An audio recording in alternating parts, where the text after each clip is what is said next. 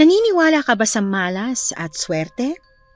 Na may mga taong sadyang malas at may mga tao namang sobrang swerte sa kahit na anong bagay.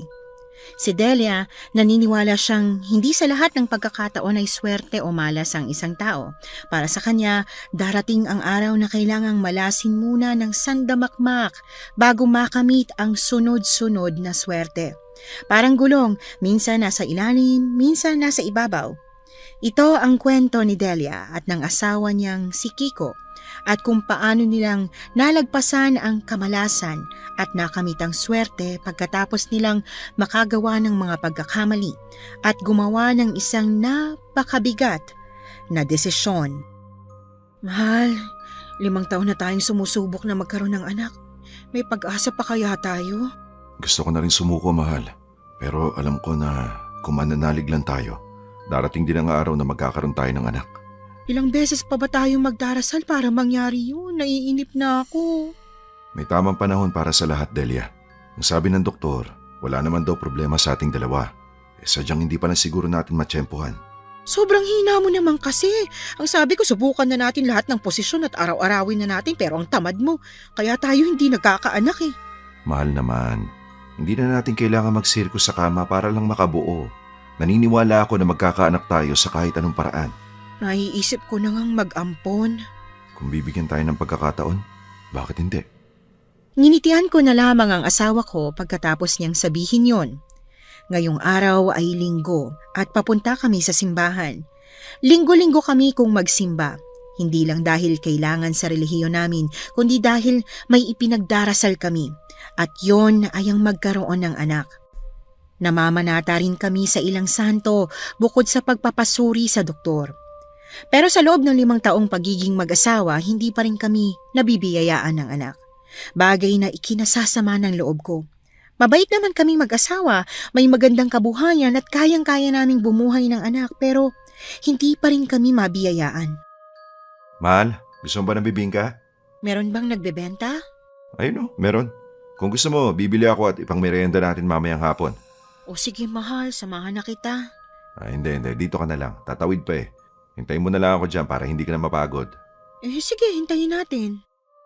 Hinayaan ko si Kiko na tumawid sa kabilang kalye para bumili ng bibingka, habang ako naman ay naupo sa tabi ng malaking puno sa labas ng simbahan. Habang nakaupo roon, hindi ko maiwasang panoorin ang mga pamilyang lumalabas at pumapasok sa simbahan, lalo na yung mga may maliliit pang anak. Alam kong masama ang mainggit pero hindi ko maiwasan. Nakakainggit yung mga mag-asawang may anak. Nakakalungkot lang kasi minsan may pamilyang sobra-sobra na sa anak na hindi na kaya pang sustentuhan pero binibigyan pa rin ng anak. Pero kami ng asawa ko na kaya namang bumuhay ng pamilya, hindi mapagbigyan kahit isang anak lang.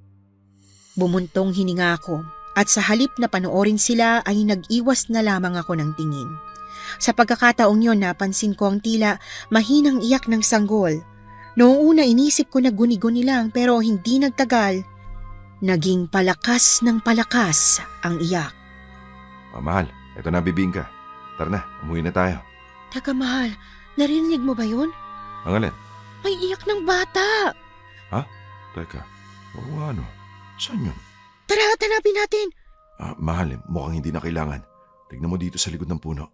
May sanggol na nakalagay sa bayong. Mahabaging langit ang bata. Diyos ko, bakit nandito ang ganito kaliit pang sanggol? Teka mahal, kukunin ko siya. Ala, sobrang liit niya. Nakakatakot tawakan, mahal. Ako na lang kukuha sa kanya. Dahan-dahan kong kinuha mula sa loob ng bayong ang sanggol. Nanginginig pa ang mga kamay ko habang maingat ko siyang kinarga dahil sobrang liit at lambot pa ng balat niya. Parang ilang araw pa lang siyang ipinapanganak. Bakit takot siyang kargahin, mahal? Dahan-dahan ka lang. Titignan ko yung bayong baka malaman natin kung sino ang nanay niya. Sinadya yatang iwanan dito ang bata. Sinong nanay ang maglalagay ng anak sa loob ng bayong? Mahal, tignan mo, may sulat. Basahin mo. Amelia ang pangalan niya. Maraming salamat sa pagpulot sa anak ko. Ituturing kong utang na loob kung palalakihin mo siya ng maayos. Sana wag niyong alisin ang nilagay kong proteksyon sa kanya. Diyos ko, bakit niya iniwanan ang anak niya rito sa loob ng bayong? Wala siyang sinabi pero mukhang hindi niya kayang palakihin ng bata base sa sulat niyang to. Baka marami na siyang anak o kaya wala siyang pera. Hindi natin sigurado. Dali na lang natin sa barangay itong bata para malaman kung sino ang nanay. Hindi mahal, may sulat na nagsasabing palakihin natin ng maayos ang bata. Gusto mong kunin na natin yung bata? Oo mahal, pwede ba? Matagal na natin gusto magkaanak at ito na ang pagkakataong binigay sa atin ng Diyos. Hindi man tayo magkaroon ng sariling anak, at least maranasan man lang natin na maging magulang, di ba? Paano kung biglang bumalik ang nanay niya ang paglaki niya? O sige, kung ikaw ang tatanungin, hayaan mo ba itong bata doon sa may barangay? Hanapin nila yung nanay nitong bata, iniwanan na nga lang dito sa labas ng simbahan, no? Baka kung ano pang gawin niya sa bata, o baka naman ipadala ng barangay itong bata sa bahay ampunan. Mas maiging tayo nang magpalaki sa kanya. Sigurado ka ba na gusto mong kunin natin siya?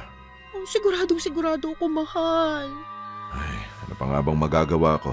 O siya, sige, kung saan ka mas mapapanatag.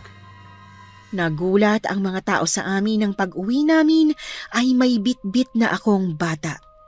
Ang sabi ko sa kanila, lihim akong nabuntis para hindi mausog at ngayong araw nga ako nanganak.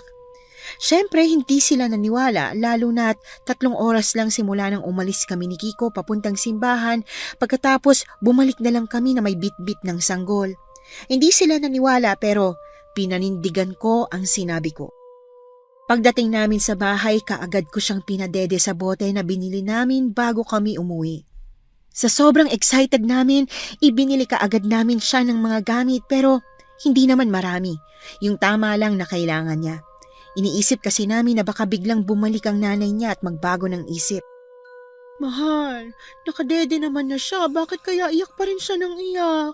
Ako nga ang kakarga, mahal. Baka may gusto siyang ugoy. Heto mahal, dahan-dahan ka lang ha. Teka, mukhang alam ko na kung bakit siya umiiyak. Bakit mahal? Ay, ang hirap talaga maging bagong nanay. May dumi na kasi yung diaper niyo. Ay, ganun ba? Hindi ko napansin. Akin at palitan natin ng diaper ang baby na yan. Kawawa naman, iyak ng iyak. Eto na po baby namin, papalitan ka na ng diaper. Kaagad na kumuha si Kiko ng diaper at pamunas sa puwet. Pero nang hubaran ko siya ng salawal, doon ko napansin na may kakaibang kwintas sa kanyang leeg. Maliit lang ang pendant nun, kulay puting bato. Mahal, tingnan mo may kwintas siya. Ano kaya yan? Parang mutsaya na. Pwedeng ganun. Teka, naalala ko pala. Ang sabi dun sa sulat, huwag daw alisin ang proteksyon. Baka yan ang sinasabi ng nanay niya. Baka nga. Pero bakit kailangan niya ng proteksyon? Baka proteksyon niya sa masamang espiritu. May mga bata kasing madaling mausog. Baka ganun din ang batang to. Baka nga, mahal. Nga pala, papangalanan ba natin siyang Amelia tulad ng sinabi ng nanay niya? Kung ako ang tatanungin, mas maiging Amelia na talaga. Hindi naman natin intensyong ang kinin ng bata. Sa bagay, darating din ang araw na siguro babalik ang nanay niya at kukunin siya sa atin. Ngayon pa lang nalulungkot na ako. Ang importante, nakaranas tayong magpalaki ng anak. At saka siguro pwede tayong humiling na mabisita at makasama siya kapag nangyari yun. Ay, hayaan na muna natin, Kiko. Maisip ko pa lang ang pwedeng mangyari, nasasaktan na ako. Sinasabi ko lang ang posibilidad, mahal. Pero tama ka. Huwag na muna nating isipin at i-enjoy na muna natin na meron tayong Amelia. Sa bawat araw na kasama namin si Amelia, pakiramdam namin ay isa siyang biyaya. Naging swerte si Amelia sa buhay namin. Naging maganda ang kita namin sa maliit naming lupa. Namunga ng maganda ang mga pananim namin at hindi kami nauubusan ng mga tapat na kliyente. Ang sabi nila mahirap daw magpalaki ng bata lalo na kung hindi mo't dugot laman. Pero naging madali para sa amin ni Kiko. Dahil sinulit namin ang bawat oras at araw na kasama namin siya. Hanggang sa tuluyan kaming nakatanggap ng isang napakagandang balita matapos ang 7 taong pagpapalaki namin kay Amelia. Lola Cynthia, ano pong lagay ng asawa ko? Bakit po kaya siya ganyan? Suka siya ng suka. Walang ganang kumain at palaging nanghihina. At ngayon, hinimatay pa siya. Hindi naman po malala ang sakit niya, di ba? Hindi malala ang sakit niya, Kiko. Huwag ka mag-alala. Ay, salamat naman. Kung ganun, ano po kayang pwede niyang inuming gamot para bumuti na ang lagay niya? Wala siyang kailangang inuming gamot. Basta tamang pahinga at pagkain lang ng masusustansyang pagkain. Ito kasi kasawa mo nagdadalang tao. Ganun po ba? Bale, ano pong gulay ang... Ano po? Nagdadalawang tawang asawa ko? Oo, nagdadalang tao siya. Pinabati ko kayong dalawa. Matapos ang 9 na taon yung paghihintay, piniyayaan din kayo. Diyos ko, maraming salamat sa Panginoon. Mahal, totoo nga yatang swerte sa atin si Amelia. Pero imong napakarami na nating nakamit simula nang dumating siya sa buhay natin. Pagkatapos itong anak na matagal na nating hinihiling binigay sa atin. Kaya nga mahal, ulog ng langit ang anak nating si Amelia. Ewan ko lang ha, pero hanggang ngayon, hindi pa rin ako kumbinsido sa batang inampon ninyo. Kakaiba talagang pakiramdam ko sa kanya. Naniniwala akong may dala siyang swerte, pero mag-ingat kayo. Dahil baka hindi lang swerte ang dala niya. Ano ka ba naman, Lola Cynthia? Huwag naman po kayong ganyan sa bata. Basta't mag-iingat lang kayo palagi. Hindi masamang makinig sa payo ng albularyo at hilot na kagaya ko. Opo, Lola. Nakikinig naman po kami. O siya, basta't magpahinga ka at kumain ng masustansya ha, lalo ng mga kulay berdeng dahon. Yan ang palagi mong kainin para maging malusog ang sanggol sa sinapupunan mo. Opo, Lola. Maraming salamat po talaga.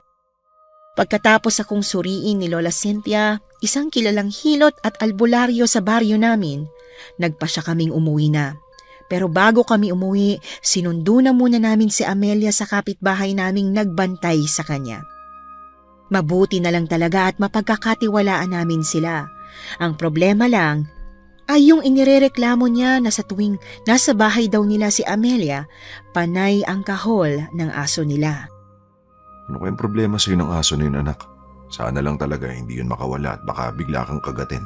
Yun nga ang inaalala ko, Mali. Parang galit na galit kay Amelia yung aso. Alam mo, mahal, bigla tuloy ako napaisip tungkol sa sinabi ni Lola Cynthia kanina. Ano naman yun? Tungkol sa ibang dala raw ni Amelia. Nako! Hindi naman sa lahat ng pagkakataon tama si Lola Cynthia. Siya na ang nagsabi na may dalangang swerte si Amelia. Kung ano man ang iba pang dala ni Amelia, baka karagdagang swerte din. Diba, mahal kong Amelia? Napakaganda kaya ng anak natin. Tingnan mo. Anong problema ng asong yun, ha? Siguro, nasisilaw siya sa ganda ng anak mo, ano? Ay, sana nga, mahal. Halika na nga, tumuwi na tayo. Ipagluluto kita ng masarap na sinabawang isda na maraming talbos ng kamote. Gusto mo yan? Nako, naglaway na ako agad, narinig ko pa lang. Sobrang saya namin noong araw na yon. Kahit hindi maganda ang pakiramdam ko dahil nga sa pagbubuntis ko, masaya pa rin kami. Pakiramdam namin wala na kaming mahihiling pa dahil para bang nakuha na namin ang lahat. Pero ang hindi namin inakala ay ang isang problemang susubok sa aming pamilya. Kasalukuyang 6 na buwan ang tiyan ko habang tahimik ang gabi sa kasarapan ng tulog naming tatlo. Nakarinig ako ng nakakatakot na mga kaluskos sa bubong at dingding ng bahay namin. Mahal, kumising ka! Mahal! Mahal, bakit? May mga kumakaluskos sa bubong at dingding ng bahay natin. Aha, teka. Oo nga, no? Ano kaya yun? Mahal, natatakot ako. Baka wakwak, umana ng galyan. Hindi ba't ang sabi nila kapag buntis, inaaswang? Teka, may kutsilyo ka ba sa ilalim ng unan mo? Yung bilin sa'yo ni Lola Cynthia? Oo, mahal. Sige, dito lang kayo ni Amelia at pupunta ako ng kusina.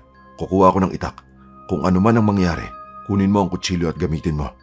Sige, pero hindi ka ba magdadala ng asin at bawang?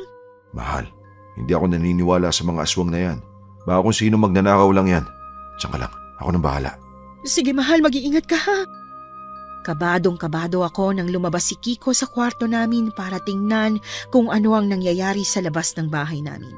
Sa takot ko, kinuha kong kutsilyo sa ilalim ng unan ko habang yakap ko si Amelia sa mga bisig ko. Shh! Anak, matulog ka pa ulit.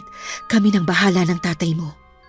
Agad na kumunot ang noo ko nang mapansin kong takot siyang tumuturo sa may bandang bintana at may sinasabing hindi ko maintindihan. Ha? Ano sinasabi mo, anak? Hanggang sa kakaturo niya, may narinig akong marahas na mga kaluskos. At nang lumingon ako, Sanang Mumu! Diyos ko po! Kiko! Mahal ko! Kasabay ng sigaw ko, narinig ko rin ang pagsigaw ni Kiko mula sa labas. Nataranta ko lalo na nang biglang bumukas ang bintana at tuluyang pumasok ang nilalang na may kulay pulang mga mata. Mabilis kong itinago si Amelia sa likuran ko sa kanyang nginginig na itinutok sa nilalang na may napakahabang dila ang kutsilyong hawak ko. Diyan ka lang sa likod ko, anak. Si nanay ang bahala, ha? Ang bango! Ang bango ng nasa tiyan mo! Huwag kang lalapit. Huwag kang lalapit sa amin. Kiko, mahal ko! Kiko, nasaan ka na? Gutom na ako! Biglang ngumanga ang aswang at inilabas ang napakahaba niyang dila. Pero hindi ako nagpatalo. Mabilis kong sinalag ng kutsilyo ang dila niyang kasing tigas ng bakal. Mukhang nagulat yung aswang sa inasta ko. Hindi ako papayag na kunin mo na lang sa akin ang anak na matagal naming hinintay. Kayong dalawa naman ang kakainin ko, hindi lang ang bata. Sa pagkakataong ito, hindi na lang dila niya ang inilapit niya sa amin. Tuluyan siyang sumugod pero mabilis kong hinagis ang kutsilyo sa kanya. Tumarak yon sa kanyang ulo na labis kong ikinagulat. Hindi ako makapaniwala na ganun lang kadaling natalo ang aswang. Maya-maya pa narinig ko ulit ang sigaw ni Kiko kaya agad kong kinarga si Amelia at tumakbo palabas para tingnan ang nangyari sa kanya. At laking gulat ko nang makita kong nakikipagbuno ang asawa ko sa isa pang aswang. Mahal! Mahal, magtago lang kayo sa loob ng kwarto. Ako nang bahala rito. Pero hindi lang ang aswang na yon ang naroon, kundi marami pa sila. Gulat na gulat ako sa nangyayari. Natulala lang ako sa kinatatayuan ko. Hindi ako nakagalaw habang isa-isang pumapasok ang mga aswang. Mahal, pakiusap magtago kayo ni Amelia. Hindi ako papayag na ikaw lang ang lumaban sa lahat ng yan. Kahit karga ko si Amelia, tinakbo ko ang kusina at kinuha ang asin at bawang na nakalagay sa lagayan namin. May sumunod na rin na mga aswang sa amin kaya nang humarap ako, saktong inihagis ko ang lagayan ng bawang sa mukha ng aswang. Nalapnos ang balat nito at napahiyaw sa sobrang sakit. At nang susubok pa siyang lumapit, hinagisan ko naman siya ng asin. Diyos ko, tulungan niyo po kami! Umiiyak na ako nang mas nakalapit pa sa akin ang aswang. Nahawakan ito ang pisngi ko pero para bang nalapnos ang balat niya. Nagtaka ang pula niyang mga mata dahil sa nangyari bago bumaba ang tingin niya kay Amelia. At hindi ko inaasahan nang bigla itong umatras na para bang takot na takot ito sa anak ko. Nang lumabas mula sa kusina ang aswang, napaupo ako sa sahig dahil sa labis na takot at panlulumo. Nanginginig na niyakap ko si Amelia habang umiiyak. Mahal, Diyos ko po. Mahal, ayos lang ba kayo? Oo, mahal. Ayos ka lang ba? Andyan mo, hindi ba sumakit? Hindi. Ay, salamat sa Diyos. Nagtataka talaga ako kung bakit at paanong umatras bigla ang mga aswang. Mahal, ang totoo niyan. Nahawakan ng aswang ang pisngi ko pero parang nalapnos yung balat niya. At nung nakita niya si Amelia, natakot siyang bigla. Doon na siya, himalang umalis. Amelia, anak. Akin na siya. Ako na magkakarga. Hindi kaya may kakaiba talaga kay Amelia, Kiko? Kailangan natin pumunta kay Lola Cynthia. Bukas na bukas, pupunta tayo at aalamin ang totoo. Parang natatakot akong malaman ang katotohanan eh. Mahal, kahit ano pa ang katotohanan, kailangan natin tanggapin. Hindi lang to para sa atin, para din to kay Amelia. Noong gabing yon, nagsalitan kami ni Kiko sa pagtulog. Una niya akong pinatulog at nang magising ako, siya naman ang pinatulog ko. Hindi kami makampante kahit nakusang umalis ang mga aswang. Takot na takot kami sa posibilidad na bigla na lang bumalik ang mga aswang na sumugod sa amin. Kinaumagahan, matapos mag-almusal, dumiretso na kaagad kami sa bahay ni Lola Cynthia. Delia, Kiko, ano ginagawa niyo rito? Ang aga niyo yata at kasama niyo pa si Amelia. Magandang umaga po, Lola. Pasensya na po kayo at naabala po namin kayo. May gusto lang po sana kaming idulog sa inyo. Naku po, mukhang seryoso yan ah. Halika kayo at pumasok kayo rito sa loob. Nag-almusal na ba kayo? Opo, Lola. Huwag po kayong mag-alala at kumain na kami. Oo siya, sige. Dito kayo. Maupo kayo rito. Delia, kumusta ka? Parang namumutla ka yata ah. Dahil po to sa nangyari kagabi, hindi kami nakatulog ng maayos. Ako! Nangyari na yatang napanaginipan ko. Ho? Ano pong napanaginipan niyo, Lola? May makadumating na aswang sa bahay niyo, hindi ba? Lola, paano niyo pong nalaman? Isa akong alpolaria at may mga pagkakataon na nakikita ko ang hinaharap. Napapanaginipan ko ito noong nakaraang araw, pero hindi ako sigurado kung kanino mangyayari. Sa inyo pala. Eto po kasing si Kiko, hindi naniniwala sa mga aswang. Kung hindi pa kami sinugod ng mga aswang kagabi, hindi pa siya maniniwala. Yan ang sinasabi ko. Minsan ang hindi ka panipaniwala, yun bang totoo? O siya, gusto niyo bang malaman kung ano ang mga pakontra ng aswang?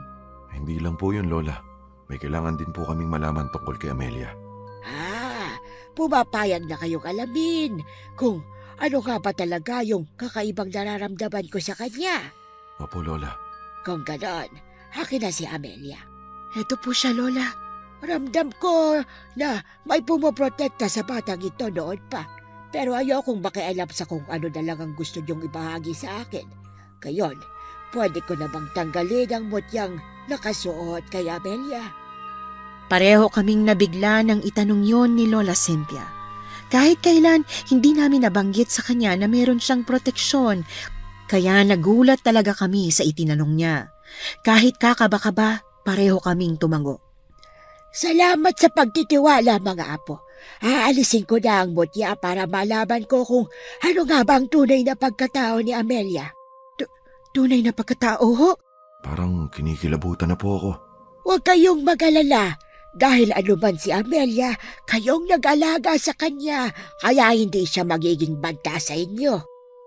Tuluyan na ngang inalis ni Lola Cynthia ang kwintas ni Amelia. At nang maalis niya ito, tila hindi na siya nagulat. Humugot siya ng malalim na hininga bago muling ibinalik ang mutya at saka tumingin sa amin. Lola, ano pong nakita niyo sa kanya? Bakit ibinalik niyo po kaagad? Kailangan niyang mutyang ito para hindi siya matunton ng kanyang ama. Ano ho? Lola, pakipaliwanag naman sa amin oh. Naguguluhan na kami. Tulad ng naramdaman ko noong unang beses kong nakita ang anak ninyo, kakaiba talaga siya. Hindi siya ordinaryong tao kaya kailangan niyo siyang ingatan. Hindi po namin maintindihan, Lola Cynthia. Malalaman niyo rin sa takdang panahon. Pero sa gayon, ayaw kong sabihin sa inyo dahil alam kong hindi magiging magandang reaksyon ninyo. Naniniwala akong kayo ang dapat na magpalaki sa kanya. Kapag pinalaki niyo siya ng maayos, hindi siya magiging problema sa pamilya ninyo. Lola, kung hindi niyo po sasabihin sa amin ang totoo, ano magagawa namin kung may mangyayari na naman kagaya ng kagabi? Tutulungan ko kayong magkaroon ng proteksyon. Sigurado po ba kayong ito ang mas makakabuti para sa amin na hindi na malaman ang pagkatao ni Amelia? Oo, Kiko. Magtiwala lang kayo sa akin. Kahit gustuhin man naming malaman kung anong tunay na pagkatao ni Amelia, tinanggap namin ni Kiko na hindi pa namin pwedeng malaman noong panahon yon. Para maprotektahan kami, binigyan kami ni Lola Cynthia ng mga anting-anting, lalo na ako dahil buntis ako noon. Pinagtanim niya kami ng bawang sa paligid ng bahay namin at marami din siyang inilagay na mga pangontra sa aswang. Kaya hindi man sinabi sa amin ni Lola Cynthia ang katotohanan tungkol kay Amelia, alam namin na may kaugnayan yun sa mga aswang. Pagkatapos ng ilang taon, hindi nga kami muling ginambala pa ng mga aswang. Naging maayos ang pamumuhay namin ng walang pangamba. Laking pasasalamat talaga namin kay Lola Cynthia na palaging gumagabay sa amin. Nay, nandito na po kami ni Carlo. Oh, anak, nandiyan na pala kayo. Tamang-tama't kaluluto lang nitong banana Q. Wow, ang sarap naman ng merienda, Nay.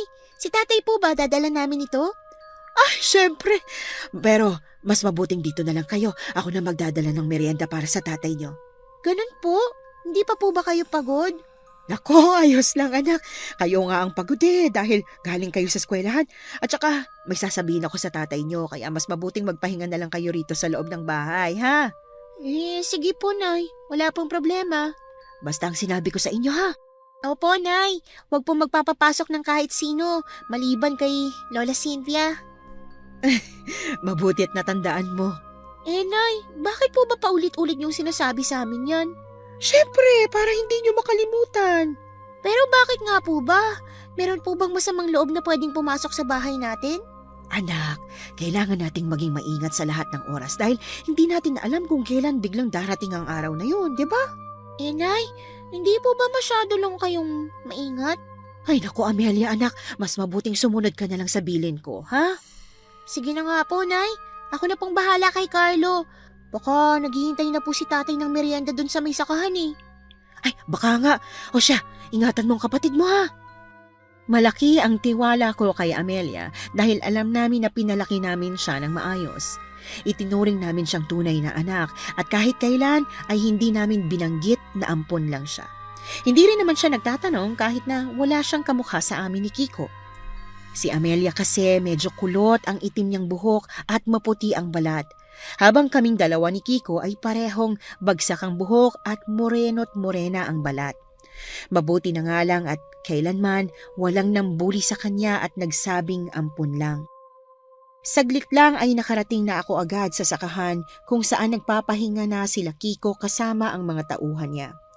Naging maganda ang pagpapatakbo namin ng sakahan kaya nakabili kami ng karagdagang lupa kung saan hindi na lang si Kiko ang nagtatanim at nag-aani.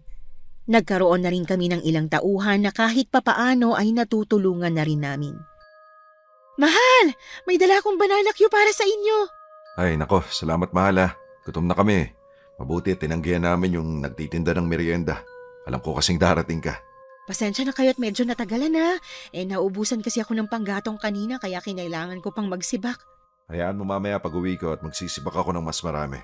Napakabait talaga nitong si paring Kiko. Kahit pagod na rito sa sakahan, talagang ipagsisiba ka pa ng kahoy, pare. Syempre ho naman. Higit na mas malakas ang pangangatawan ko kaysa kay Delia. Kaya kailangan ako magsibak ng kahoy. Kung sa bagay tama ka. Siya nga pala. Sabi pala ng anak ko si Rhea, may maligid raw na lalaki sa anak niyo. Sino po sa mga anak namin? Yung ampon niyo na si Amelia. Nako pare, ingatan mo yan si Amelia. At baka maaga mabuntis.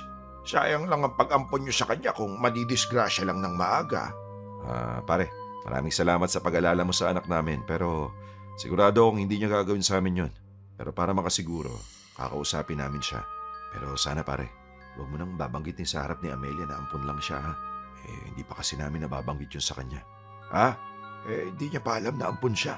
Hindi pa nga namin nababanggit. Ibig sabihin, hindi niya pa alam. Pero kasi pare, ano kasi? Bakit? Nabanggit mo na ba? Totoo niyan. Nagtatanong kasi sa akin si Rhea kung bakit hindi kayo magkamukha ni Amelia. Sinagot ko lang naman. Hindi ko naman alam na hindi niyo pa pala nababanggit. Diyos ko naman parang Ernesto. Hindi ba napag-usapan na natin yan noon? Na hindi namin gustong sabihin kay Amelia ang tungkol sa pagiging ampon niya. Oo nga, alam ko naman yon pare. Pero baka hindi naman sinabi ni Rhea tungkol sa nabanggit ko. Bata yon Ernesto. Sinabi na nga sa'yo na may umaaligid ng binata sa kanya. Yung pa kaya sinabi mo? Pasensya na pare. Hindi ko naman sinasadya. Pero alam mo, walang personalan na. Para sa akin, mas mabuting sabihin mo na sa kanya ng mas maaga na ampun siya.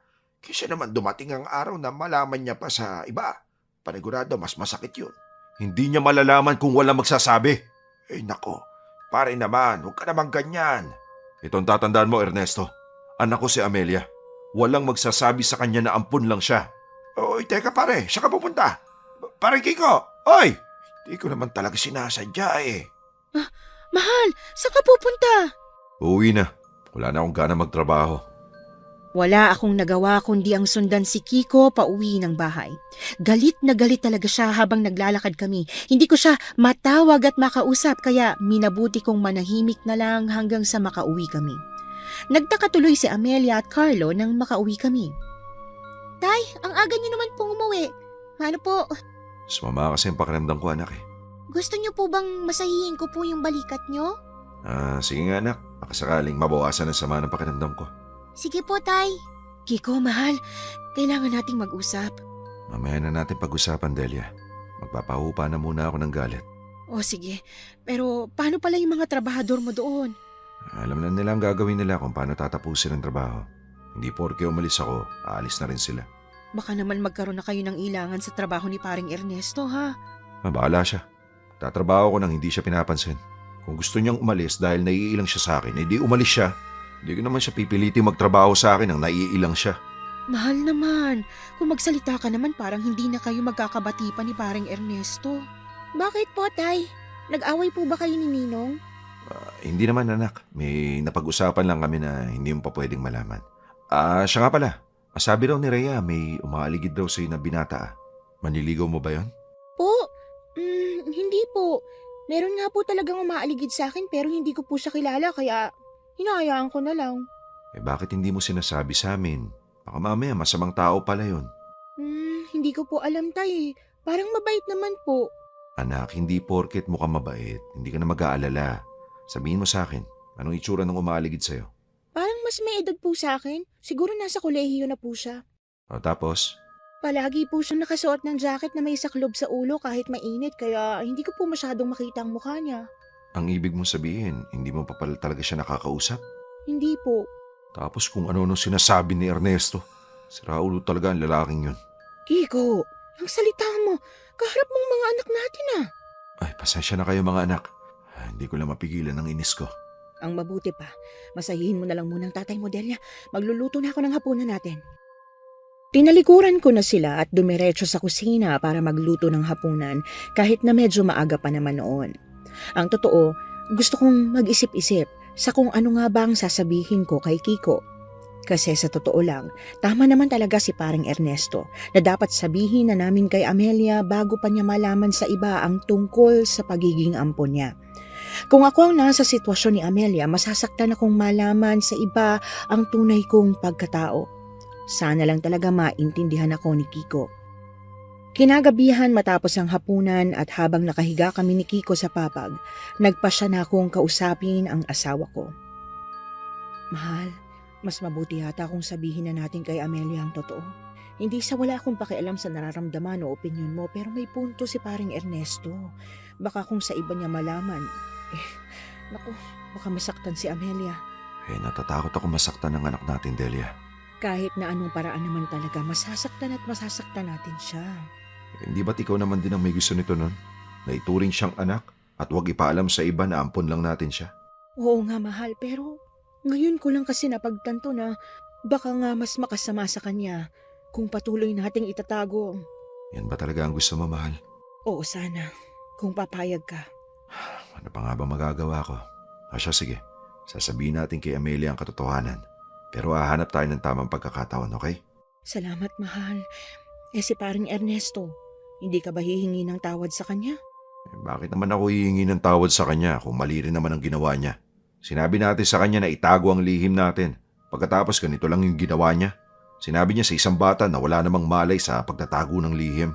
Ang mabuti pa, mag-usap na lang kayo at magkapatawaran. Mas mabuting ikaw na ang manguna kaysa meron kang kasamaan ng loob. Kung hindi ka niya maintindihan, ayos lang. Mahal, bakit ba napakabait mo? Mabait ba ako? Parang hindi naman. Siya, sige, matulog na tayo. Susundin ko na lang lahat ng suwestyon mo. Isang katangian ni Kiko na gustong-gusto ko talaga ay yung palagi siyang sumasang-ayon sa akin. Hindi ko alam kung dahil ba para sa kanya tama ako o dahil mahal niya ako kaya niya ginagawa yon. Ano't ano pa man ang mahalaga para sa akin ay pinagkakatiwalaan niya ako higit sa kanino man. Sa sumunod na araw ay hindi ako binigo ni Kiko. Kinausap niya si Ernesto at nagkapatawaran silang dalawa. Mabuti na nga lang at nakonsensya rin si Ernesto. Nakakwento mo na ba kay Ernesto yung tungkol sa sinabi ni Amelia na hindi niya kilala yung lalaki? Oo, mahal. Ang sabi ni paring Ernesto, kakausapin niya raw si Rhea na pansin-pansinin si Amelia sa eskwelahan. Baka biglang lapitan ng lalaki. Medyo kinabahan talaga ako sa lalaking yun. Lalo't sinabi ni Amelia na hindi niya naman kilala. Mabuti naman kung ganun. At least kahit papano mapapanatag ang loob natin dahil may taong tumitingin sa kanya sa eskwelahan. O diba, sabi ko sa'yo, magkakaayos din kayo agad ni paring Ernesto Basta ikaw ang unang magpakumbaba, wala namang problema. Pero hindi na ako magsasabi ng sikreto sa kanya. At kaibigan ko siya, pero hindi siya mapagkakatiwalaan sa mga sikreto. Kaya mabuti ng kaibigan lang kami. Hindi na more than friends. Bakit parang iba na yung more than friends, mahal? May hindi ba ako nalalaman? May pa-English ka na ngayon, ha? Biro lang, mahal. Narinig ko lang yun sa isang pelikula. Ay, ewan ko sa'yo. Ay, dalian na nga natin at naghihintay yung mga bata. Sinundo ko si Kiko sa sakahan dahil umulan. Hindi din naman kasi uso sa kanyang magdala ng payong kaya kinailangan ko siyang sunduin. Kung hindi, mababasa siya. Ayoko namang magkasakit ang asawa ko lalo na at babad sila sa arawan kaninang umaga pagkatapos biglang umulan ng gabi. Nang dumating kami sa bahay, nakarinig ako ng pamilyar na boses sa loob ng bahay namin. Kaya naman, dali-dali akong naunang pumasok sa loob ng bahay. Lola Cynthia, nandito po pala kayo. Oo, pasensya na kayo at ginulat ko kayo sa biglaang pagdalaw ko ha. Ay naku, ayos lang po Lola. Siya nga po pala, ano pong dahilan at napadalaw po kayo? Tungkol dyan, mas maigi sanang tayong tatlo lang ni Kiko ang mag-usap. Hindi pwedeng marinig ng mga bata ang usapan natin. Ganun po ba? Sige ho, pag-usapan po natin mamaya. Pero mas maigi kung kumain na po muna tayo ho. Ay mabuti pa nga at mukhang masarap ang ulam yung pritong galunggong. Kahit napabiro kung makipag-usap si Lola Cynthia, malakas ang kutob ko na isang masamang balita ang dahilan kung bakit siya biglang sumulpot sa bahay namin. Sobrang bihira kung dumalaw si Lola Cynthia sa bahay namin at yon ay ang mga araw na nagbababala siya tungkol kay Amelia. Naiiwasan namin ang mga posibleng delubyong mangyari sa amin nang dahil sa mga panaginip ni Lola Cynthia. Pagkatapos namin kumain ng hapunan, pinatulog na namin ang mga bata at nagpasya kaming lumabas ng bahay para doon mag-usap. Mabuti na lang at tapos na ang ulan kaya pwede kaming manatili sa tapat ng bahay. Lola Cynthia, may bigla na naman po bang darating dito sa amin tulad nung nakaraan na yung aswang na umaligid dito sa baryo?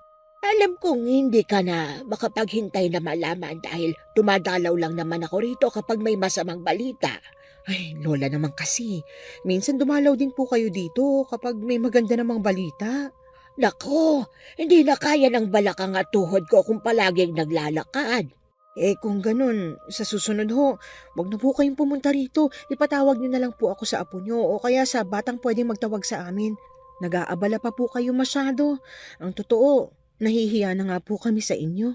Delia, ito ang trabaho ko bilang isang albularya. Kahit na po, tao pa rin naman po kayo at walang superpowers.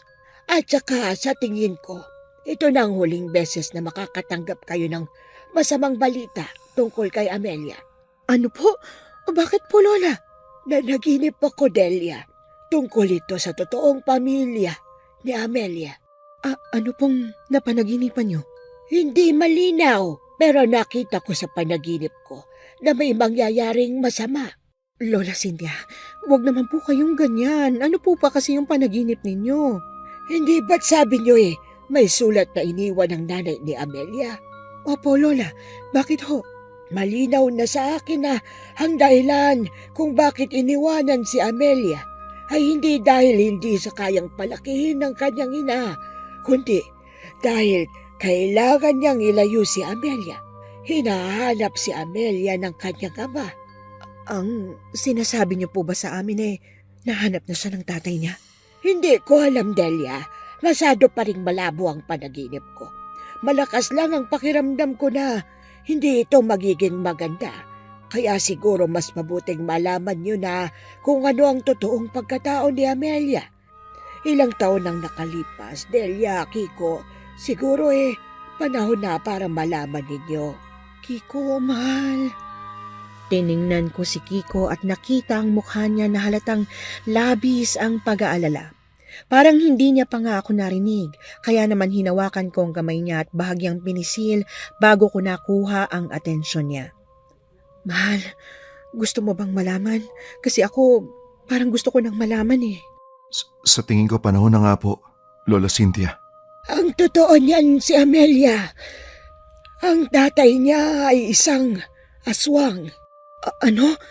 Ang ibig niyo po bang sabihin ay aswang si Amelia? Sobrang lakas ng kabog ng dibdib ko nang dahil sa isiniwalat ni Lola Cynthia. Nanginginig ako sa takot. Oo, ilang beses na akong natakot sa tuwing may kakaibang nangyayari na patungkol kay Amelia pero ngayon ang pinakamatindi. Oo, Delia, pero hindi lang sa basta isang aswang. Ang kanyang ina ay isang albularya.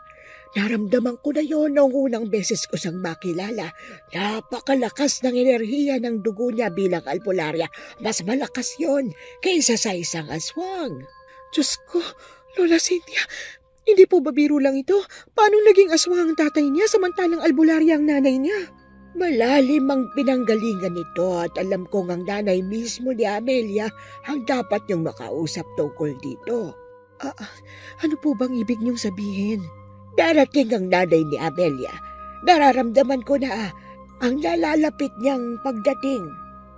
Hindi ko maiwasang makaramdam ng matinding kaba at takot.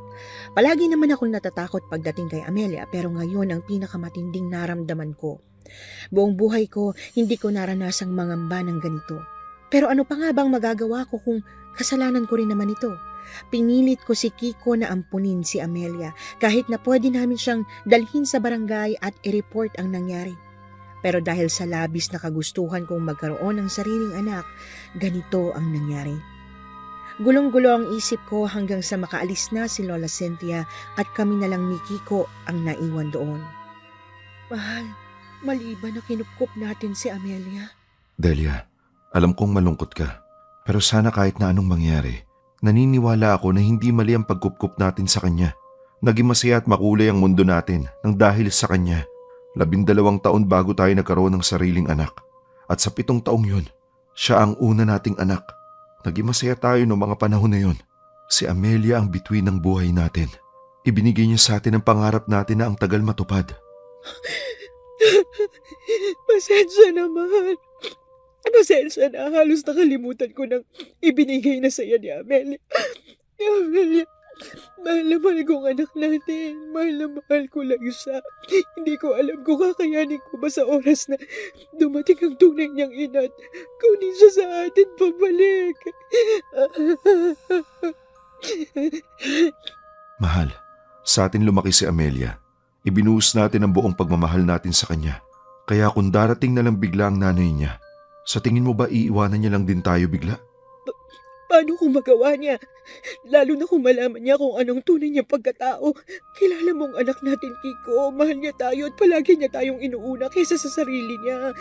Kung malalaman niyang makakasama siya sa atin, hindi malabong iwan niya tayo.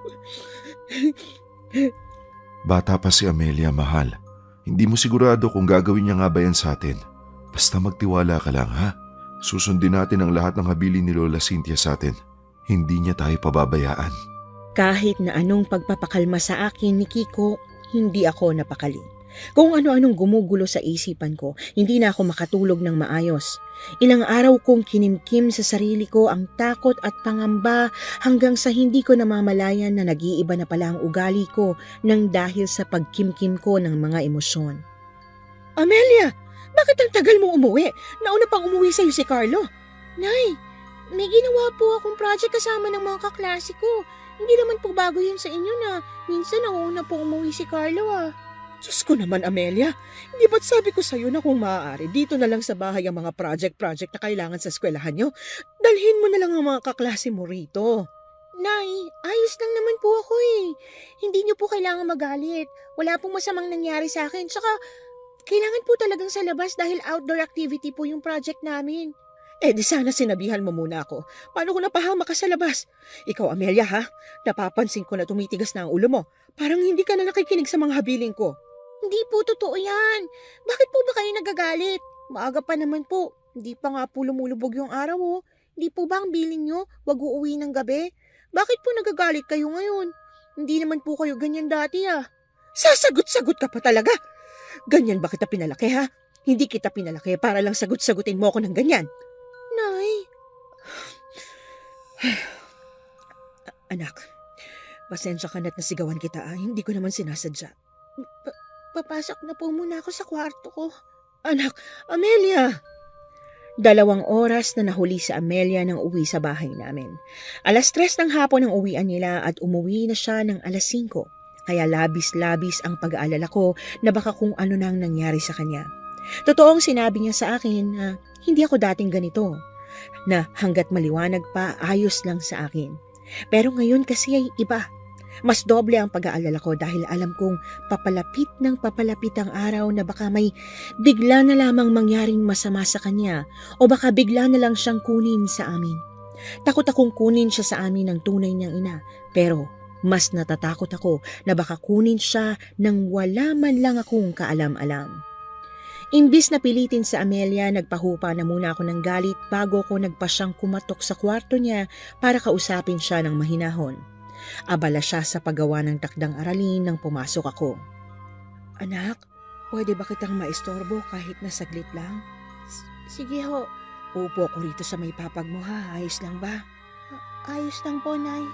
Anak, pasensya ka na sa pagtataas ko ng boses ko sa iyo kanina. Hindi ko naman sinasadya na magtaas ng boses eh. Sadyang nag-aalala lang talaga ako ng gusto para sa iyo. Nay, alam ko naman po kung bakit kayo nag-aalala eh. Ha? Anong ibig mong sabihin na alam mo? Bata pa lang po ako, ganito na po nangyayari. Darating si Lola Cynthia sa bahay at mag-uusap po kayo pagkatapos magiging aligaga kayo ni tatay. Poprotektahan niyo po ako ng husto at may biglang kakaibang mangyayari sa bahay natin pagsapit ng madaling araw. Anak, Nay, natatandaan ko naman po ang nangyari sa atin nung 7 taong gulang po ako. Baka lang po, inaakala niyo na hindi ko natatandaan. May mga aswang na sumugod sa bahay natin. anak, pasensya ka na kay nanay. Alam ko rin po na ampon lang po ako. Kailan mo nalaman? Nalaman mo ba dahil kay Rhea? Hindi po. 7 taong gulang pa lang po ako, alam ko na. Simula noong araw na inalis ni Lola Cynthia ang mutya na suot ko, alam ko naman po, nanay. Hindi ko po yun nakakalimutan. Nagpanggap lang po ako na nakalimutan ko dahil ayoko pong masaktan ko po kayo. Hindi ko na naiwasan pang humagulgol sa lahat ng mga nalaman ko sa anak ko. Hindi ako makapaniwala na kung may kinimkim kami ni Kiko, nagkimkim din pala siya. Wala na akong nasabi pa kay Amelia dahil wala naman akong idadahilan at itatago pa matapos niyang aminin sa akin ang totoo. Wala akong ibang nagawa kundi ang yakapin siya. Hindi ko alam kung ilang minuto kong niyakap ang anak ko basta't ibinuhos ko ang lahat ng mga luhang inipon ko sa loob ng ilang taon. Lahat ng luhang pinili kong wag nang patuluin dahil ayaw kong makita ng mga anak ko hanggang sa tuluyan na akong kumalma. Nay, gusto niyo po ba ng tubig? Hindi na anak, ako nang bahala mamaya paglabas ko rito sa kwarto mo. Sige ho, Nay. Siya nga po pala tungkol kay Carlo. Ano yun anak? Si Carlo po, sana po bigyan niyo rin po siya ng pansin bukod sa akin dahil napapansin ko po na nagiging ilag na po siya sa inyo. Nagsabi po siya sa akin na nalulungkot siya dahil hindi niyo siya pinapansin eh. May mga kailangan siyang suporta na madalas natatanggihan niyo po. Diyos ko, anong suporta? Emosyonal po, Nay. Nang dahil sa sobrang pag-iingat namin kay Amelia, nakalimutan na namin ang isa pa naming anak na si Carlo. Nahabag ang puso ko para sa tunay naming anak na naeetsapuera. Kaya noong gabing yon pinili kong matulog sa tabi ni Carlo para humingi ng tawad sa kanya. Hindi ko nga akalain na ang isang 10 taong gulang na batang lalaki ay iiyak pa sa nanay niya dahil niyakap ko. Noong gabing yon, matapos ang ilang araw na pangamba, gumaan ang pakiramdam ko kahit na papaano. Nakatulog ako ng mahimbing kayakap ng anak kong lalaki. Isang payapang umaga ang bumungad sa aking kinaumagahan. Nagluto ako ng almusal para sa pamilya ko at sabay-sabay kaming kumain ng magana. Nagkukwentuhan pa kami nang mapansin ko si Amelia. Amelia, anak, bakit parang namumutla ka yata? Medyo puyat lang po siguro. Mahal, sipatin mo nga ang noo ni Amelia kung nilalagnat siya. Hindi. Ang totoo, sobrang lamig niya. Amelia, anak, anong nararamdaman mo? Hindi ko po alam eh. Ayos naman po ako kanina. Oo nga, nagkukwentuhan pa nga tayo eh. Bakit bigla ka na lang namutla? Alika nga rito sa akin. Nay, may dumalaw po sa akin kagabi. Anong sinasabi mo, anak? May pumasok po sa kwarto ko at Hindi na niya natapos pang sasabihin niya nang bigla na lang siyang bumagsak sa sahig. Natatarantang napatayo kaming lahat sa gulat. Agad namang binuhat ni Kiko si Amelia at saka inihiga sa may mahabang bangko na meron kami sa may sala. Mahal, hindi na siya nilalamig. Sobrang init na niya. Diyos ko, anong nangyayari sa anak natin? Bakit siya nagkakaganyan? Mahal, nakakabahala to. Kaninang saya pa ng mukha niya eh. Tsaka may dumalaw sa kanya. Sino naman yun? Hindi kaya nanay niya yun? Imposibleng hindi natin naramdaman. Diyos ko, Kiko, ipatawag mo na si Lola Cynthia imbes na manghuhula tayo. Diyos ko!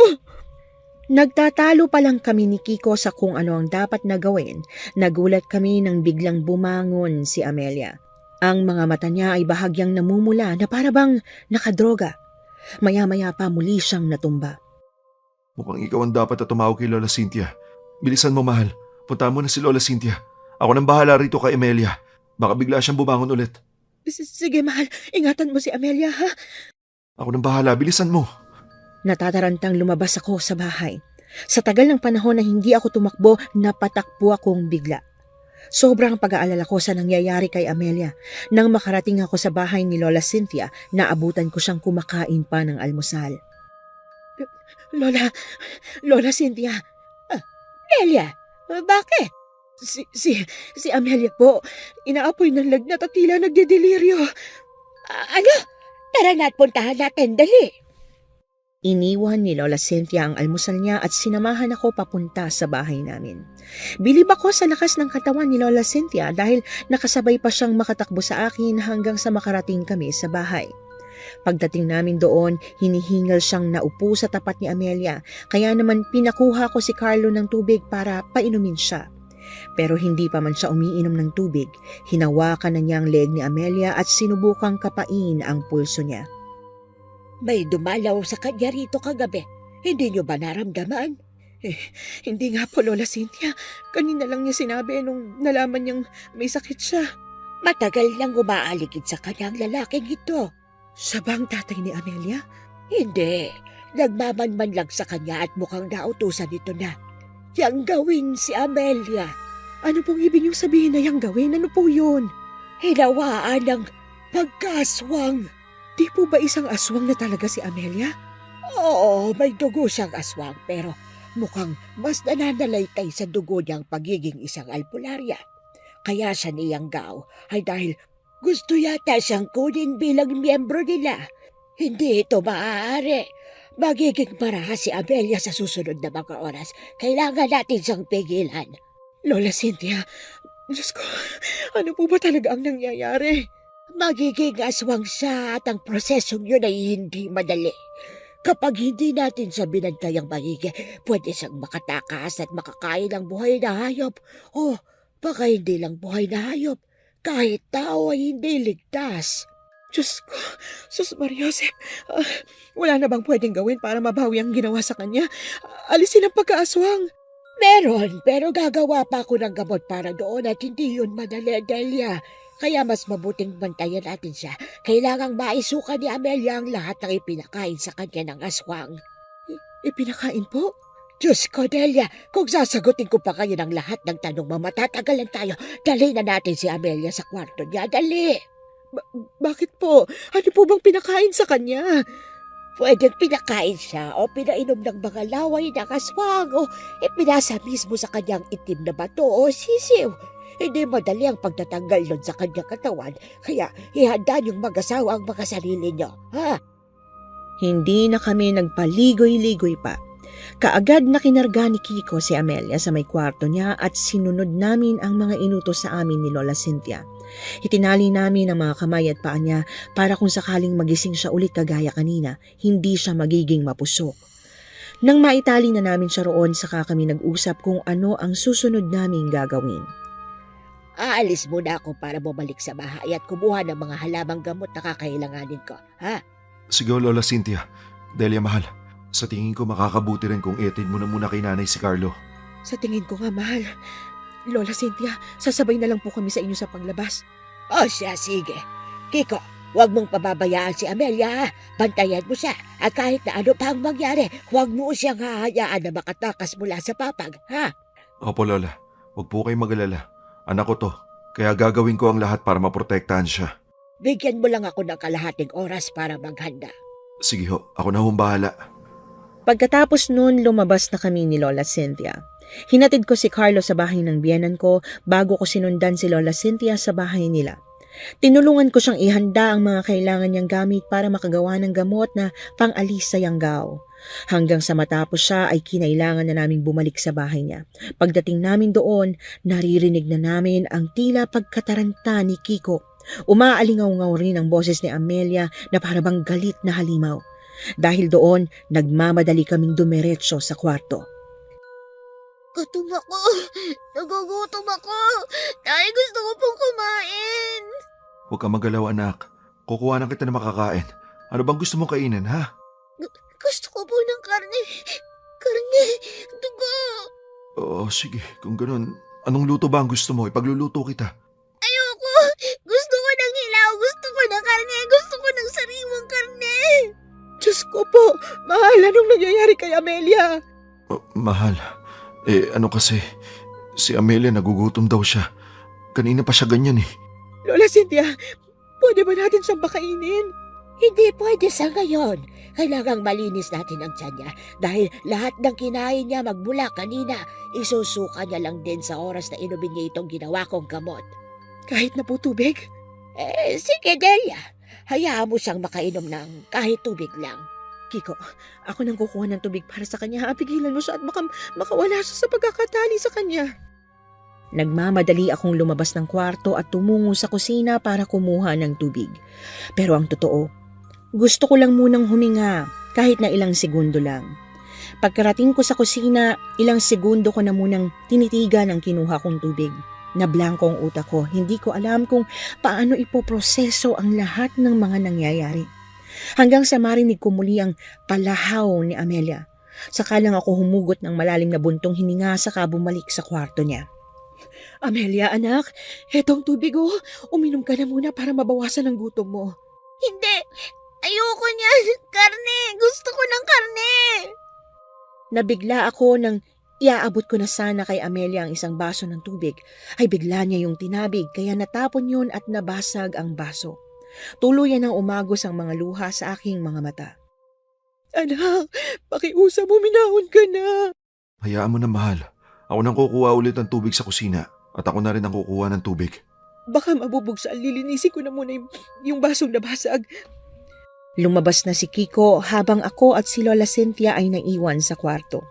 Umiiyak ako habang nililinis ang basong nabasag sa sahig. Hindi ko akalain na mangyayari ito. Magdahan-dahan ka sa paglilinis, Delia. Baka masugatan ka. Opo, Lola.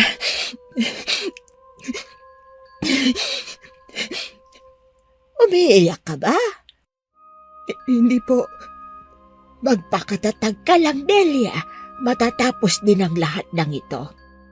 Kinagat ko ang labi ko para pigilan ang paghagulgul ko.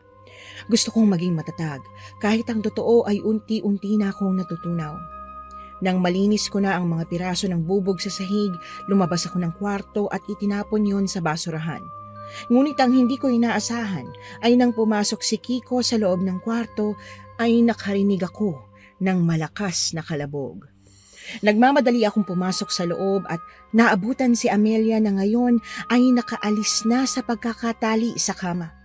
Tanging ang mga paalang niya ang nakatali kaya hawak niya ang leeg ni Kiko. Sinasakal niya ito habang pilit siyang sinusubukang kagatin. Diyos ko! Mahal ko! Mahal! Tulungan mo ako! Nagmamadali kong tinulungan si Kiko at saka sinubukang pigilan si Amelia, pero nang subukan ko siyang pigilan, ako naman ang kinagat ni Amelia sa braso. Aray ko! Tumabi ka, Kiko. Ako nang bahala. Tumabi nga si Kiko at saka pumalit si Lola Cynthia. Kaagad niyang sinabuyan ng asin si Amelia na naging dahilan para bitiwan niya ang pagkakakagat niya sa braso ko. Nang hilakbot ako nang makita kung gaano katindi ang kagat niya sa akin. Tumatagas ang dugo mula sa kagat niya kaya nataranta si Kiko nang makita yon. Lola Cynthia, anong gagawin natin sa braso ni Delia? Dali, kumuha ka ng bimpo. Balutin mo at pigilan mong pagtagas ng dugo. Ako nang bahala kay Amelia. Sigurado po ba kayo na kaya niyo si Amelia? Unahin mo na si Delia. Sa pagkataranta ni Kiko, inuna niya nga ako. Iyak ako ng iyak habang pinanonood si Lola Cynthia na pinipigilan si Amelia gamit ang asin at pawang. Ni hindi ko na ininda ang sakit ng braso ko. Ang buong atensyon ko ay na kay Amelia na ngayon ay nasasaktan. Mahal, si Amelia, nalalapnos ang balat niya sa tuwing tatamaan ng asin. Huwag mo na munang tingnan, mahal. Mas importante ka ngayon. Sobrang daming dugong tumatagas sa kamay mo, oh. Itali mo na lang yan, tulungan mo si Lola Cynthia. Ano? Mahal naman! Kaya ko pa, pakiusap-unahin mo si Amelia. Siniguro ni Kiko na hindi natatagas ang dugo sa braso ko. At nang masiguro na, sa kanya tinulungan si Lola Cynthia. Sa tulong ng asina, inihahagis niya kay Amelia nang hina ito at nagawa ni Kiko na itali muli si Amelia sa may papag. Sinusubukan pa rin ni Amelia na kumawala pero hindi na niya nagawa pa nang hawakan ni Lola Cynthia ang halamang gamot na ginawa niya kanina. Unti-unting nanghina si Amelia hanggang sa makatulog ito. Lola, yan na po ba yung gamot pang alis ng pagiging aswang? Hindi pa, Delia. Diyos ko, ikaw ang kailangan ko unahin ngayon. Bakit hindi niyo pa po sa painumin ng gamot? Halika, tignan mong nangyari sa braso mo. Ano po bang... Hindi ko na ituloy ang sasabihin ko nang makita ko ang nangyari sa braso ko pagkatapos niyang inalis ang bimpo na itinali ni Kiko sa akin. Unti-unting nangitim ang braso ko at mabilis na umaakit yon patungo sa leeg ko. Anong nangyayari sa braso ni Delia, Lola Cynthia? Lason yan. Kumbaga parang rabies sa aso. Mabuti na lang at nagdala ko ng gamot para dyan dahil alam ko na hindi malabong mangyari ito. Ano pong gagawin niyo, Lola? Hawakan mo ang braso ni Delia at ikaw, Delia, tiisin mo ang matinding sakit nito. Ano po yung langis na ilalagay niyo? Isa itong amay. Isang uri ng banal na langis na kumukulo kung may aswang sa paligid. Mabisa rin itong pangalis ng lason mula sa kagat ng aswang. Pagkatapos noon ay ipinatak na ni Lola Cynthia sa braso ko ang langis. Napahiyaw ako sa matinding sakit. Sobrang init at hapdi sa balat kaya hindi ko napigilan ang mapasigaw ng malakas. Hindi pa roon nagtatapos dahil pinisil-pisil pa ni Lola ang sugat ko. Unti-unting lumabas ang kulay itim na likido at nababawasan ang pagkaitim sa braso ko. Pinapatakan niya yon ng pinapatakan hanggang sa tuluyang natanggal ang itim na likido. Kiko, maghanap ka ng dahon ng bayabas at pakuluan mo. Sa ngayon, babalutin ko na muna ng bimpo itong sugat ni Delia. Sige ho, Lola Cynthia. Dalian mo para hindi ma-impeksyon ng sugat. Lola, ayos naman na po ako, hindi po ba? Si Amelia naman po ngayon ang... May 2 araw pa si Amelia para matiis ang lahat ng ito. Pero ikaw, kung hindi ko naagapan ng kagat, wala pang kalahating oras, siguradong patay ka na. Pero kasi, kailangan pa po ba talaga natin hintayin na umabot ng 3 araw? Hindi yun ang punto ko rito, Delia. Mas importante ang buhay mo ngayon dahil may anak kang naghihintay sa'yo. Pero si Amelia po, anak ko rin. Na pwedeng maging aswang na. Naghunos dili ka, Delia. Alam kong nag-aalala ka para sa kapakanan ni Amelia, pero mas maigi kung hindi lang kapakanan niya ang isipin mo, pati ang kapakanan mo at ng buong pamilya niyo. Natigilan kami sa pag-uusap nang biglang bumukas ang pinto at bumungad si Kiko na tila takot at kinakabahan. Kiko, anong nangyari? Andito na ang nanay ni Amelia. Ano? Nasaan siya? Nasa labas, hindi ko pa sila pinapapasok. Sige, puntahan natin. Dito ka lang, Delia. Nanginginig ako sa kaba habang hinihintay si Lola Cynthia sa labas. Ang ilang minuto ay tila oras para sa akin. At nang muling bumukas ang kwarto, naroon na nga ang nanay ni Amelia. Kamukhang-kamukha niya si Amelia, mula sa maputing balat hanggang sa buhok nito na medyo kulot. Ngunit ang nakapagtataka ay ang namumuti niyang mga mata at tila hindi siya nagsasalita. Isang lalaki ang nasa likuran niya, binatang tila nasa 20 anyos na mahigit. Magandang gabi ho. Ako po si Andres, kapatid po ni Amelia. At ito po ang aming ina, si Adelina. Anong nangyari sa nanay mo? Ipapaliwanag ko po sa inyo mamaya pero sa ngayon po, kailangan ko na po munang iligtas si Amelia mula sa kapamakan. Itinanim na ng kanyang ama ang itim na bato sa kanyang tiyan. Isang malakas na uri ng aswang ang tatay ni Amelia, kaya mas mabilis ang epekto nito kesa sa inaasahan. Kung ganun bilisan niyo, gamutin niyo na si Amelia. Kahit ngayon ko palang sila nakilala, buo ang tiwala ko na sila nga ang pamilya ni Amelia. Binuntahan ni Andres si Amelia at hinaplos ang noo nito ng marahan bago siya tumingin kay Lola Cynthia. May dala po kayong gamot?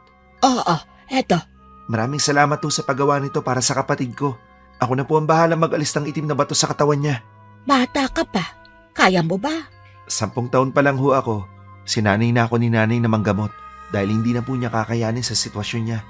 Ibinuka ni Andres ang bibig ni Amelia at saka ipinainom ang halamang gamot na ginawa ni Lola. Ilang saglit pa, nagising si Amelia at mabilis na sumuka ng sumuka. May batsa na kaming nakahanda roon dahil sabi nga ni Lola Cynthia, susuka talaga siya. Nang matapos na siyang sumuka, hinang-hina muling humiga si Amelia sa kama. Sa pagkakataong yon, hinawakan ni Andres ang tiyan ni Amelia at hinilot ito paitaas. Bawat hilot pataas ay naduduwal si Amelia. Delikadong ginagawa mo, iho. Baka matamaan ang mahahalagang parte ng katawan niya. Magtiwala ho kayo sa akin. Hindi ko hayaang masaktan ng kapatid ko. Alam ko po ang ginagawa ko. Bakit po, Lola? Ano po bang ginagawa niya? Mano-mano niyang kinakapang itim na bato dahil mukhang hindi madadala sa halamang gamot ang itinanim sa tiyan ni Amelia. Pero huwag kang mag-alala dahil mukhang magaling ang batang ito. Ibinaling ko ang tingin ko kay Andres at nakita ko sa mukha niya ang pagsisikap na tulungan si Amelia. Kitang-kita ko ang pag-aalala sa mga mata niya na parabang mahal na mahal niya ang anak ko. Parabang matagal niya na itong kilala. Hanggang sa makarating na sa leeg ang kamay ni Andres. Isang huling tulak ay dumuwal si Amelia at nailuwa niya ang itim na bato kasunod ng pag-ubo niya ng dugo. Diyos ko, may dugo, dumugo, ayos lang ba yan? Ayos lang po ito. Hindi ganun karaming dugo. Huwag na po kayo mag-alala at maayos na po siya. Pero wala siyang malay. Napapahinga lang po siya. Lola Cynthia, sigurado po ba ito? Oo, Delia. Huwag kang mag-alala at magiging maayos ang lahat. Nagpapahinga na ngayon si Amelia. Ay, Diyos ko, salamat po. Salamat at ligtas ng anak ko. Hindi ko napigilan ang pagbuhos ng emosyon ko nang tuluyan ko nang nasiguro na magaling na si Amelia. Iyak ako ng iyak. Hindi ko rin napigilan na yakapin si Amelia kahit na wala pa rin siyang malay. Matagal bago ako natapos sa pag-iyak. Pinatahan na lang ako ni Kiko dahil halos hindi na ako makahinga sa labis na pag-iyak. Nang mahimasmasan ako, nagpasya kaming magtipon-tipon sa sala para sabay-sabay na kumain. Tahimik ang lahat habang kumakain hanggang sa hindi ko na napigilan ang magsalita. Alam kong wala akong karapatang humusga sa kung ano ang dahilan kung bakit niyo iniwanan si Amelia sa amin. Pero sa tingin ko naman, may karapatan akong malaman pagkatapos ng pagpapalaki namin ng maayos sa kanya. Isa pa, kung dumating kayo rito para kunin siya sa amin, huwag na kayong umasa dahil hindi ko basta-bastang ibibigay sa inyo si Amelia. Hindi naman po balak na kunin siya. Ang totoo po, wala na sana kaming balak na magpakita sa inyo dahil alam naming pwede siyang mapahamak kung nasa poder namin siya. Pero pilit siyang ipinahanap ng kanyang ama at sa kahanap dito sa kanya, tuluyan na nga siya nitong nakita. Kaya nga muntik na siyang mayanggaw. Bakit ba pinagtataguan niyo ang tatay ni Amelia? Parang nakapagtataka naman yata na inilalayo nitong nanay mo si Amelia sa sarili niyang ama. Dahil hindi naman po ginusto ng nanay ko na ipagbuntis si Amelia. Anong ibig mong sabihin kung gano'n? Ang totoo po niyan, biktima ng panggagahasa ng aswang na yun ng nanay namin. Matindi ang galit niya sa lolo at tatay ko. Kaya naman ginantihan niya ang mga ito gamit ang nanay ko. Kagaya nga po ng sinabi ko, malakas na uri ng aswang ang tatay ni Amelia. Kaya hindi siya kinaya ng nanay ko. Nung gabing yun ay napakalakas ng aswang dahil bilog ang buwan. Hindi lang niya ginahasa ang nanay ko. Binulag niya pa at pinutulan ng dila. Mahabaging langit! Walang hiya ang aswang na yun! Wala naman talagang hiya mga aswang na yun. Sila ang mga demonyo dito sa lupa. May mga mababait man. Pero yun yung mga aswang na dating tao. Pero mga kagaya niyang ipinanganak na aswang at naging pinuno pa. Kung ganon, kahit na anak ng aswang si Amelia, hindi siya ipinalaglag ng nanay mo? Hindi. Wala namang kasalanan si Amelia sa nangyari. Inosente siya at ang kailangan niya ay tamang gabay. Tamang tao na magpapalaki sa kanya. Nakita namin kayo sa tapat ng simbahan noong araw na yon at narinig namin ang usapan niyong mag-asawa. Kaya naisip namin na sa inyo iwan si Amelia. Matagal niyo na ba kaming minamanmanan? Ikaw ba yung lalaking umaaligid kay Amelia? Oo, ako nga. Kailangan kong ipakita sa mga aswang na may sumusunod sa kanya na may kasama siyang isang albularyo. Pero kagabi, nalingat lang ako saglit. Ganito na ang nangyari. Ayos lang, Andres. Hindi mo kasalanan. Huwag po kayong mag-alala. Aalis na kami ni nanay at hindi namin kukunin si Amelia. Pero patuloy pa rin namin siyang gagabayan. Naniniwala kami na kayo ang mas may karapatang magpalaki sa kanya. Pero habang buhay na lang bang ganito, babantayan niyo lang siya mula sa malayo? Napatitig sa akin si Andres. Kita ang lungkot at pagod sa kanyang mga mata pero sa huli, ngumiti siya. Ayos na po ang tingnan siya sa malayo habang pinoprotektahan siya. Ano ba kasi talagang gusto ng tatay niyang aswang sa kanya? Ang kapangyarihan bilang isang albularya. Sa oras na makuha nila si Amelia at Mayanggaw, magiging mas makapangyarihan sila. Pagkatapos sabihin niyo ni Andres, isang marahas na kalabog ang gumulat sa aming lahat. Nagmula yon sa kwarto ni Amelia. Dali-dali kaming tumayo mula sa kinaupuan namin at nagtakbuhan patungo roon. Naunang nakarating si Andres na mukhang nagulat at nataranta sa nakita. Hoy! Ibalik niyo ang kapatid ko! Anong nangyayari? Tinangay nila si Amelia. Susundan ko sila. Ano? Diyos ko po! Mabilis na tumungo si Andres sa bintana ng kwarto ni Amelia at tumalon doon. Habang ang nanay ni Amelia na si Adelina ay tumakbo rin kasunod ni Andres. Teka, saan ka pupunta? Huminto si Adelina at lumingon sa amin. Para bang nagpapaalam ito bago siya tuluyang tumalon sa may bintana. Diyos ko, Kiko, ayos lang ba yun? Hindi ba't bulag siya? Sinundan niya si Andres, baka mapano siya. Hindi ko rin alam, mahal. Parang gusto ko rin sumunod para habulin sila para iligtas si Amelia. Huwag na, Kiko. Hayaan mo na lang silang ipagtanggol si Amelia. Kayong mag-asawa. Maraming taon yun ang ginapayan at pinorotektahan si Amelia, kaya hayaan nyo na lang sila.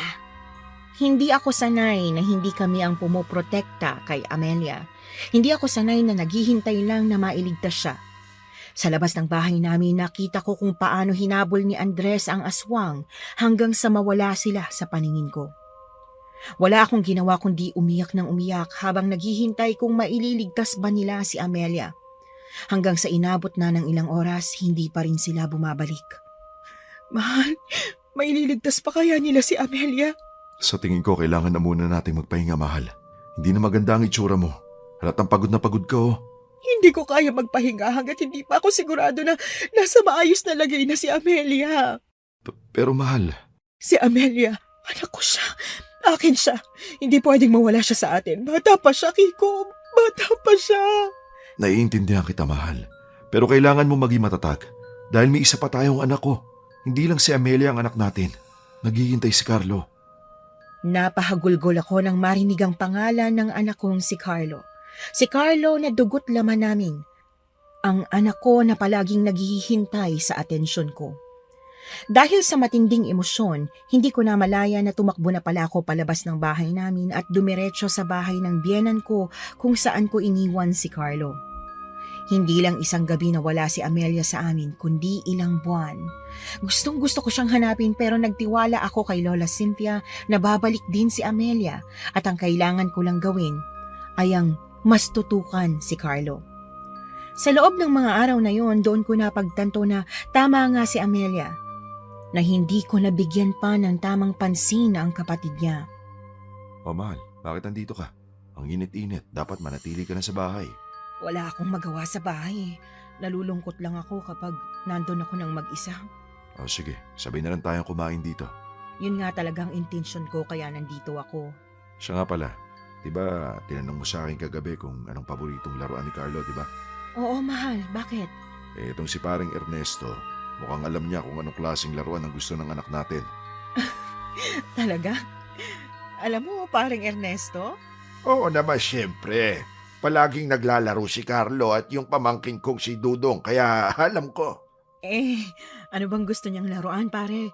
Gusto ko sana siyang bilhan ng laruan kaso hindi ko alam kung anong paborito niya. Baka magkamali lang ako ng bibilhin kung ipipilit ko. Ano pa? Di Power Rangers. Kulay pula pa nga yung paborito niya. Pagkatapos yung kay Dudong naman ay yung kulay blue. At talagang alam mo pati ang kulay, ha? Oo naman, Mare. Kayo lang kasi, masyado kayo nakatuon kay Amelia. Nakalimutan nyo na si Carlo. Minsan nga naaawa ko ron kasi kapag magkakasama kaming buong pamilya, nakatingin siya sa amin na para bang malungkot siya. Nakakalungkot isipin ha, napabayaan ko siya. Kaya nga gusto kong bumawi. Baka naman kapag bumalik na si Amelia, kalimutan nyo na ulit si Carlo. Hindi ko nagagawin yon. Kung mababalik man si Amelia, sisiguruhin kong pantay ng tingin ko sa kanilang dalawa. Mabuti naman, Mare. Buti na lang talaga at madala sa bahay namin si Carlo, kaya alam ko. Malaki ang pasasalamat ko kay paring Ernesto. Minsan may nagagawa rin palang maganda ang pagiging usisero. Mabuti pa siya at alam niya ang gusto ng anak ko. Nang bilhan ko si Carlo ng ternong damit na may disenyong Power Rangers, tuwang-tuwa talaga siya. Doon ko lang nakita ang ganong klaseng saya sa kanyang mukha. Hindi naging madali para sa amin na makamove on sa biglaang pagkawala ni Amelia, pero naghilom kami ng dahil sa anak naming si Carlo. Hanggang isang araw, may hindi inaasahang kumatok sa pinto ng bahay namin. Sino yan? Teka, bubuksan ko ng pinto. Amelia, anak! Nay, pinaghintay ko po ba kayo ng matagal? Diyos ko, anak ko! Oo, sobrang tagal kitang hinintay. Halika, pumasok at sabihin mo sa akin kung anong mga nangyari, kung bakit ka bigla na lang nawala. Maraming po akong ikukwento, Nay. Baka abutin po tayo ng ilang araw. Diyos ko, anak! Namiss kong makipagkwentuhan sa'yo. Gusto ko makipagkwentuhan sa'yo ng mahaba kahit ilang araw pa. Pero, pwede bang isama na natin si Carlo? Siyempre naman po, Nay. Kapag narinig niyang kwento ko, baka hindi na Power Rangers ang magiging paborito niya, kundi kami na ni Kuya Andres. Mukhang marami kang natutunan sa kanya. Naku, Nay, marami po. Pagkatapos ng halos 6 na buwan, bumalik si Amelia bit-bit ang balitang magiging albularya siya.